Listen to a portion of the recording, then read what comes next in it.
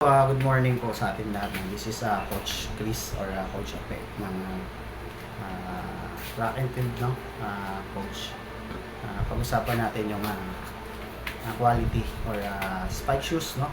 Kung ano ba yung para sa akin, kung ano ba yung spike shoes na pwede nating gamitin during competition or training, no? I think naniniwala kasi ako na yung isa sa dahilan kung bakit nakakuha tayo ng isang magandang performance or trials or time natin sa mga event na meron tayo ay yung ginagamit nating mga spike shoes or footwear, no? Syempre kailangan akma, no, sa ating paa para maka-perform tayo ng maganda. Okay, ngayong araw nagsukat ako ng 4 na spikes, 3 sprint shoes, then isang middle. Okay? Pag-usapan muna natin for sprint. 1, 2, no? 1, 2, 4. Okay? Kaya sinama ko yung isang middle spike shoes kasi pwede siya sa, pag sinabi kasing middle, 200, 400, 800. Okay? Pag sinabing sprint, 1, 2, then 4. Pero bibihira yung talagang nagpo-focus bandang uli doon sa 1, 2, 4. Maaring 1, 2 or 2, 4 lang. Kaya may 4 na spike shoes ako na sinukat.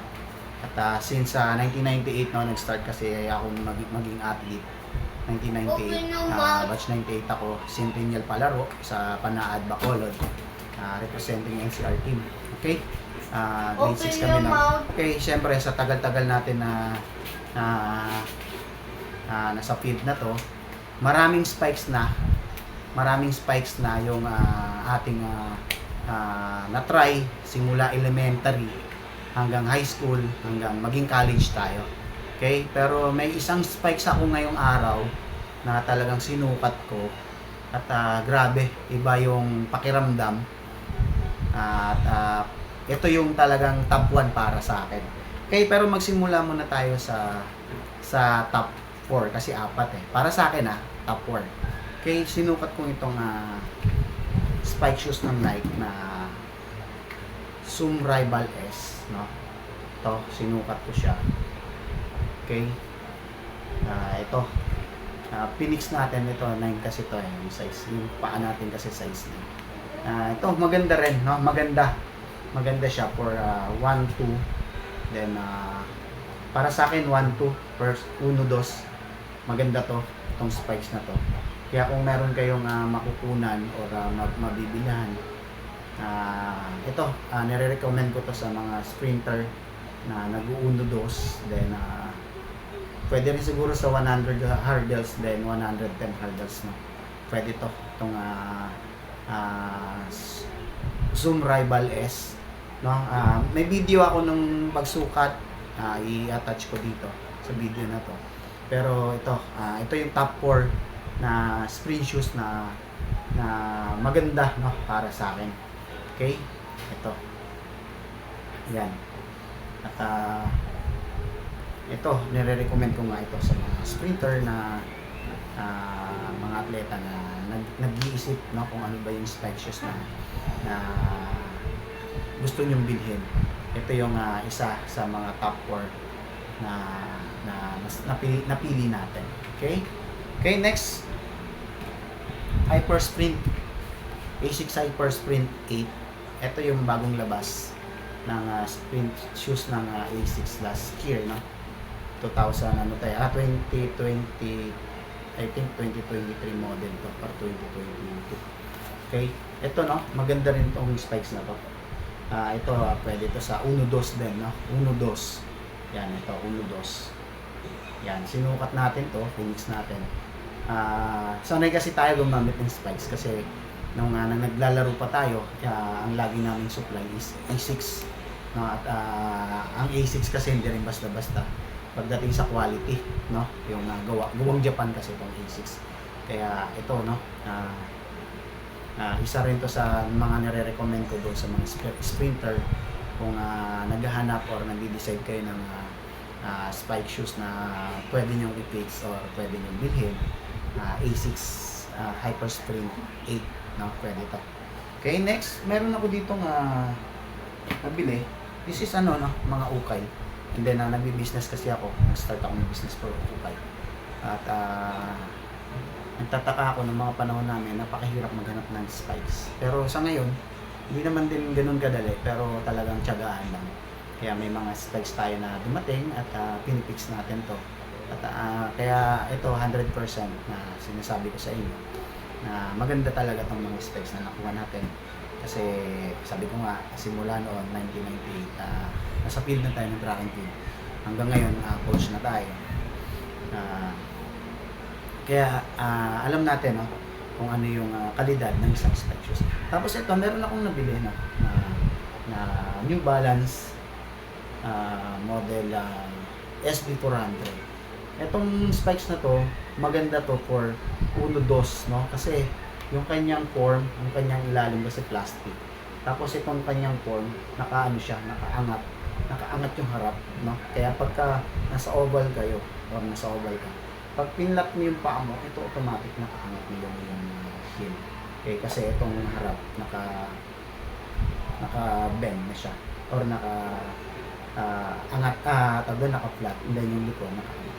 Kaya ito, maganda to for 100 and 200 meter. And then, recommend ko rin to for hurdles. Maganda rin to. Itong New Balance Racing. Yan, New Balance Racing model SD400.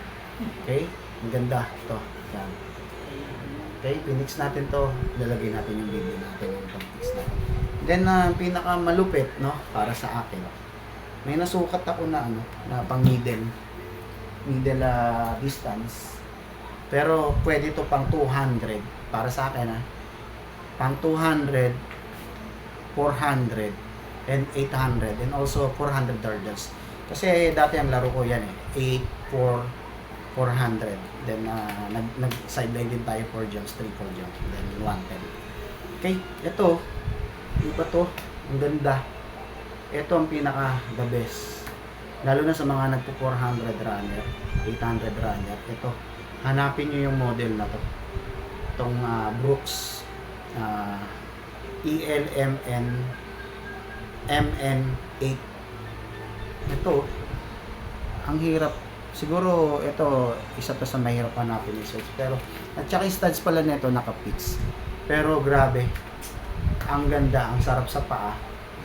Ang ganda nitong gamitin for competition.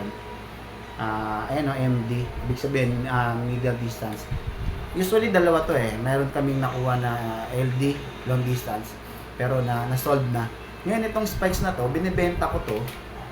Pero parang nagbago yung isip ko na ibenta. Kasi ngayon, may mga palaro na rin kasi yung master.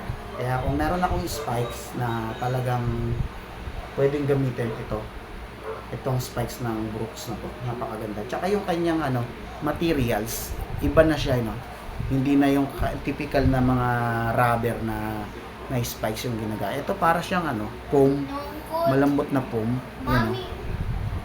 Ito. Kaya ito, maganda the best to. 400, 800, 200. Then 4 low, pwede to. Ang ganda nito. Promise, hindi kayo magsisisi pag naganap kayo ng ganitong model na spikes. 101% panalo kayo dito. Okay? Tsaka ito, isingit ko lang pala, meron din pala akong isang old spike shoes dito na A6 na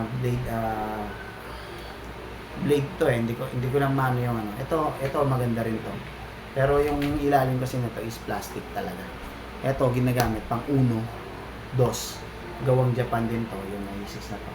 At ito naman, walang sintas. Pero nung panahon namin, nung kami mga player, nakakita na ako ng ganitong style. Mommy, na distrap na lang. Ito, maganda rito. Hindi mo na kailangan hassle na magsintas. Kasi strap na lang siya. Mommy, ito, maganda rin to. Mommy, kung hindi ko to maibenta, kikip ko to para kung may mga competition o kasakaling bumalik ako sa competition. Isa to, ang gagamitin ko, ito at ito talaga. Yan. Okay? Yun, sana nakatulong ako sa inyo kung paano mag-select or natulungan ko kayo kung mag-decide about sa spike shoes na pwede nyong bilhin at pwede nyong i-fix or fix sa paa nyo. Lalo na ngayon na marami ng competition ulit na nakabalik after pandemic. Nandiyan na yung mga regional meets, division meet, district meet, regional meets, then yung palarong pambansa na gaganapin ngayon 2024 sa Cebu City. Sana lahat ng manlalaro magtagumpay, no, dun sa competition na yan. Okay? Thank you and God bless sa lahat. This is Coach A. Thank you.